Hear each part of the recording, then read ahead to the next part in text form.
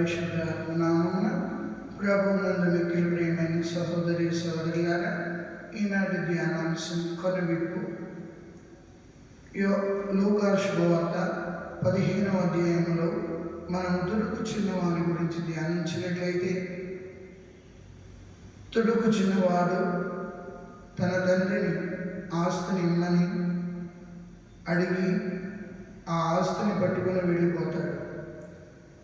ఆ ఆస్తినంతటిని తన స్నేహితులతో కలిసి దుర్వినియోగం చేసుకుంటాడు.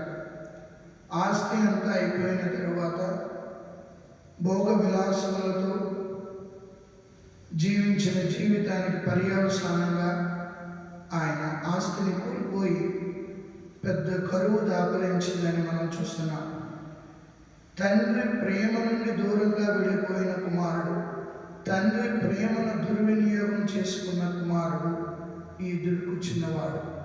ఆయన కోసం తండ్రి ఎంతగా తప్పిస్తున్నాడో ఈనాడు మనం ధ్యానించుకున్నాం. మనం ఎప్పుడైతే పాపము చేసి దూరమైపోతుంటామో, దేవుని ఆజ్ఞలకు దూరమైపోతుంటామో, దేవుడు ఎంతగానో మన కోసం ఆ దుడుకు చిన్నవాడిని తండ్రి తప్పించిన రీతిగా ఆయన కూడా తప్పిస్తున్నాడు. మరి దేవుని బిడ్డలమైన మనం ఈ పరిశుద్ధ శ్రమల కాలంలో ఉన్న మనం ఏమి చేయాలి అంటే, అక్కడ ఎప్పుడైతే కరువు దాపరించిందో వాడు పందులు తినే పొట్ట నింపుకోవడానికి సిద్ధపడి ఉన్నాడు. అంటే దీనాతి దీనమైన స్థితికి దిగజారేడని పరిశుద్ధ గ్రంథం పఠనాలు మనకు తెలియజేస్తున్నాయి. దేవుని ప్రేమను కోల్పోయినప్పుడు మనము కూడా దీనంగా హీనంగా ఉంటాం. దేవుని బిడ్డలుగా జీవించలేకపోతున్నాం. జ్ఞాన స్నానంలో నీకు నాకు ఉన్నతమైన స్థితిని ఇచ్చేది తన కుమారుడుగా.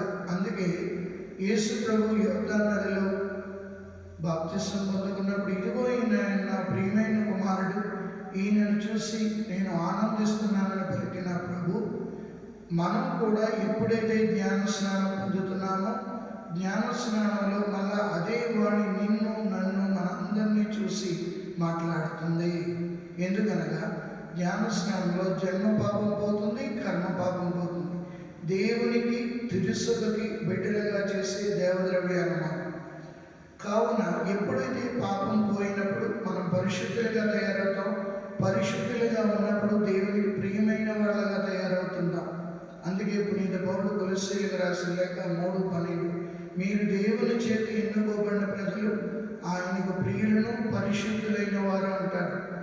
కావున ప్రియమైన సహోదరి సహోదరులారా, దేవుడు మనకు ఉన్నతమైన స్థానాన్ని ఇస్తే ఆ స్థానాన్ని మనం కోల్పోతున్నాం. మన నిర్లక్ష్యం వలన, మన పాపం వలన, మనం దేవునికి దూరం అవుతున్నందువలన ఆ పరిశుద్ధమైన స్థితిని కోల్పోతున్నాం. అందుకే పౌలు గారు ఎఫెసీయులకు రాసిన లేఖ 4వ అధ్యాయం 7వ వచనంలో, అపవిత్రత యందు జీవించమని దేవుడు మనం పిలువలేదు, పవిత్ర జీవితం గడపమని ఆయన పిలుపు. తండ్రి దగ్గర ఉన్నప్పుడు కుమారుడికి ఆనందం. ఎప్పుడైతే తండ్రిని ఆస్తిని పట్టుకొని వెళ్ళిపోతున్నాడో కుమారుడు తండ్రితో బంధాన్ని తెగదించుకుంటున్నాడు. కానీ తండ్రి ప్రేమ మహా ఉన్నతమైనది. అందుకే ఇర్మియా 31:3లో, నేను శాశ్వతమైన ప్రేమతో నేను నిన్ను ప్రేమిస్తున్నాను అంటున్నాడు. కుమారుడు తన నుండి దూరమైపోయిన తండ్రి కుమారుడి మీద ప్రేమను చెప్పుకోలేదు. ఇంకా మరింతగా పెంచుకొని ఏదో ఒక రోజు నా దగ్గరికి వస్తాడు కదని ఎదురు చూడడం మొదలు పెడుతున్నాడు. ఈ పరిశుద్ధ శ్రమల కాలంలో మనం కూడా దేవుని ఆలయానికి దూరం అయిపోతున్నా, చెడు అలవాట్లకు బానిసలై దూరం అయిపోతున్నా, దేవుడికి దూరం అయిపోతున్నా, రకరకాలుగా వ్యసనాలకి బానిసలు పడి దూరం అయిపోతున్నా. దేవుడు మన కొరకు కాల్చుకొని చూస్తున్నాడు. ఎందుకంటే ఆయన ప్రేమ మహోన్నతమైనది. ఈ పరిశుద్ధ శ్రమల కాలంలో ఆయన ప్రేమను మనం ధ్యానించుకోవాలి. ఆ ప్రేమను మనం దుర్వినియోగం చేయకూడదు. 17వ వచనం లూకా శుభవార్త 15వ అధ్యాయం 17వ వచనంలో, ఎప్పుడైతే కరువు దాపరించిందో అప్పుడు ఆయనకి కనువిప్పు కలిగింది. ఆ కనువిప్పు కలిగినప్పుడు తను ఎటువంటి స్థితిలో ఉన్నాడో తనకు అర్థమైంది. ప్రియమైన సహోదరి సహోదరులారా, ఈ పరిశుద్ధ శ్రమల కాలంలో ఉన్న మనకి కనువిప్పు కలగాలి. నేను ఎటువంటి వాడిని, ఎటువంటి స్థితిలో ఉండవలసిన వాడిని, ఎటువంటి స్థితిలో ఉంటున్నాను, ఏ స్థాయి నుండి ఏ స్థాయికి దిగజారిపోయాను, లేదా నా ఆధ్యాత్మిక జీవితంలో ఎదుగుతున్నానా, కిందకి దిగజారిపోతున్నానా అనేది మనం ఆత్మావలోకనం చేసుకోవాలి. ఈ శ్రమల కాలంలో నీకు నాకు కనువిప్పు కలగాలి.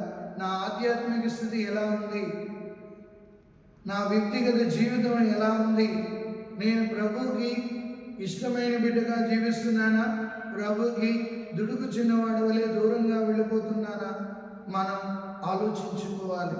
చాలాసార్లు కనువిప్పు లేకుండా జీవిస్తుంటాము, పాపము జీవితంలోనే కొనసాగిపోతుంటాం.